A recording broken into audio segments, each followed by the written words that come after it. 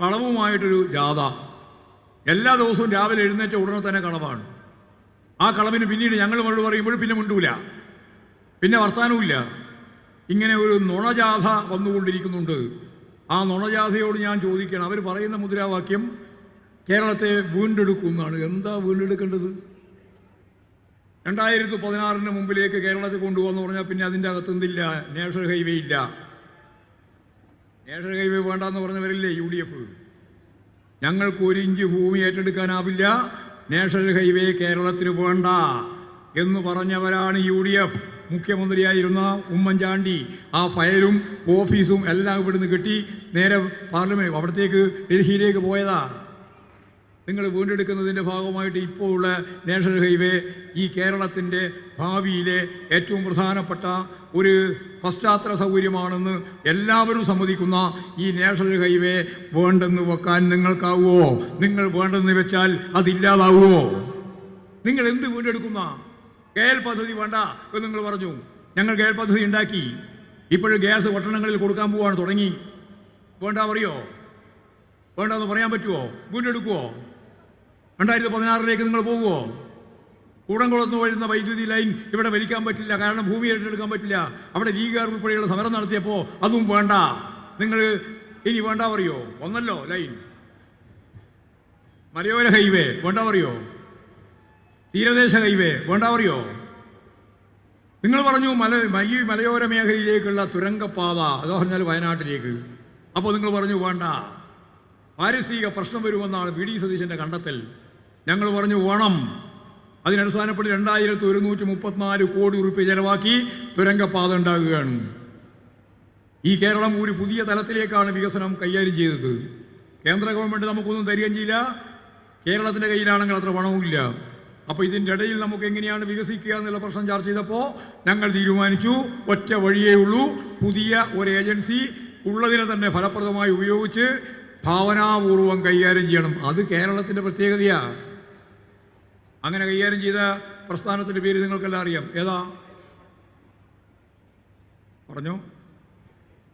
അതായത് നമ്മുടെ കയ്യിൽ പണമില്ല, കേന്ദ്ര ഗവൺമെൻറ് തരുകയും ചെയ്യില്ല, എന്നാൽ കേരളത്തിൻ്റെ വികസനം മുഴുവൻ നടക്കണം, അതിനൊരു പുതിയ ഏജൻസി വേണം. ആ ഏജൻസി സാമ്പത്തിക ഏജൻസിയാണ്. ഇന്ത്യയിൽ എവിടെയും അമ്മാതിരി സംവിധാനം ഫലപ്രദമായിട്ടില്ല. കേരളത്തിലത് ഫലപ്രദമായി. അതിൻ്റെ പേരെന്താ? കിഫ്ബിയാണ് കേരളത്തെ പുതിയ തലത്തിലേക്ക് മുന്നോട്ടേക്ക് കൊണ്ടുവരാൻ നമ്മൾ ഉപയോഗിച്ച ഏറ്റവും പ്രധാനപ്പെട്ട മാർഗം. ആ കിഫ്ബിയാണ് 2134 കോടി രൂപ നമ്മുടെ തുരങ്കപ്പാതക്ക് വയനാടിന് തുറക്കാനാവശ്യമായ രീതിയിലുള്ള സംവിധാനം വന്നു. തുറക്കൽ ആരംഭിക്കാൻ പോവുകയാണ്. അവിടത്തേക്കുള്ള റോഡ് അപ്പുറം ഇപ്പുറവും ശരിയാണ്. മേലേന്നും താഴേന്നും തുറക്കുകയാണ്. ഒരു സ്ഥലത്ത് മാത്രം തുറക്കുകയല്ല, മേലേന്നും തുറക്കും, താഴേന്നും തുറക്കും. അങ്ങനെ കൃത്യമായിട്ട് ശാസ്ത്രീയമായി രാജ്യത്ത് തന്നെയുള്ള ഏറ്റവും പ്രധാനപ്പെട്ട തുരങ്കപ്പാത 20 കിലോമീറ്റർ ലാഭം കിട്ടും. 9 കിലോമീറ്ററേ വേണ്ടു അവിടത്തേക്ക്. അതുണ്ടാക്കുകയാണ്. ഞാൻ നേരത്തെ പറഞ്ഞ നാഷണൽ ഹൈവേന് കൊടുത്തത് എത്രയാ? 5688 കോടി. ആരാ കൊടുത്തേ? കിഫ്ബി. 5688. നിങ്ങളുടെ അടുത്താണല്ലോ കോഴിക്കോട്.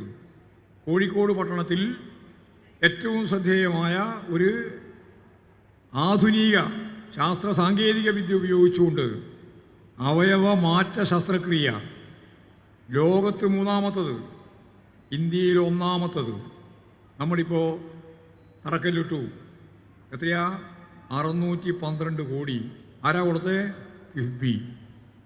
ഈ മണ്ഡലത്തിൽ തന്നെ ഉള്ള കാര്യങ്ങൾ ഇവിടെ MLA പറഞ്ഞില്ലേ, കിഫ്ബിയാണ്. അപ്പോൾ ഓരോ തരത്തിലും ഞാനത് നമ്മുടെ പൊതുമരാമത്ത് വകുപ്പ് PWD മിനിസ്റ്ററോട് ചോദിച്ചു, ടൂറിസം മിനിസ്റ്ററോട്. അദ്ദേഹം 30,000 കോടി രൂപയുടെ പാലം, റോഡ് 30,000 കോടി. ഇങ്ങനെ ഓരോന്നോരോന്നും. കൊച്ചിയിലിപ്പോൾ പൂർത്തിയാക്കിയിട്ടുള്ള നമ്മുടെ ക്യാൻസർ ഇൻസ്റ്റിറ്റ്യൂട്ട് ലോകോത്തരമായൊരു ഇൻസ്റ്റിറ്റ്യൂട്ടാണ്, അത് ഗവേഷണ കേന്ദ്രമാണ്. 378 കോടി. ആരാ ചെലവാക്കിയത്? കിഫ്ബി.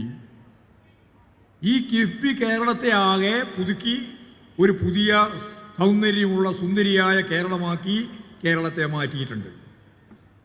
അത് ഞങ്ങൾ ഇടതുപക്ഷ ജനാധിപത്യ മുന്നണി ഗവൺമെൻറ് ബോധപൂർവം നടത്തിയ ഭാവനാപൂർവമായ ഒരു പ്രവർത്തനത്തിൻ്റെ ഭാഗമാണ്. നിങ്ങളത് വേണ്ട, ഇത് മലർപ്പൊടിക്കാരൻ്റെ സ്വപ്നമാണ് എന്ന് പറഞ്ഞവരാണ് ഈ UDF-കാർ വി ഡി സതീശൻ ഉൾപ്പെടെ ഇത് മലർപ്പൊടിക്കാരൻ്റെ സ്വപ്നമാണോ? ഇപ്പോൾ 1,10,000 കോടി ഉറുപ്പിക കേരളത്തിൻ്റെ വികസനത്തിന് വേണ്ടി ഉപയോഗിച്ച നാട്, രാജ്യത്തിൻ്റെ മുമ്പിൽ മാതൃക.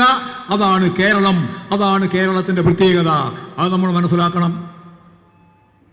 അപ്പം ഞങ്ങൾ ഈ കാര്യങ്ങളെല്ലാം പറയുമ്പോൾ, വികസനത്തിൻ്റെ കാര്യങ്ങളെല്ലാം പറയുമ്പോൾ, വികസനം നടക്കണമെങ്കിൽ ആദ്യം നിലനിൽപ്പ് വേണം. അപ്പോൾ വർഗീയതയാണ് അതിൽ ഏറ്റവും പ്രധാനപ്പെട്ട കാര്യം. ഇന്നിപ്പോഴും ഏകാദശിയാണ്, അല്ല എന്നിട്ട് ശിവരാത്രിയാണ്.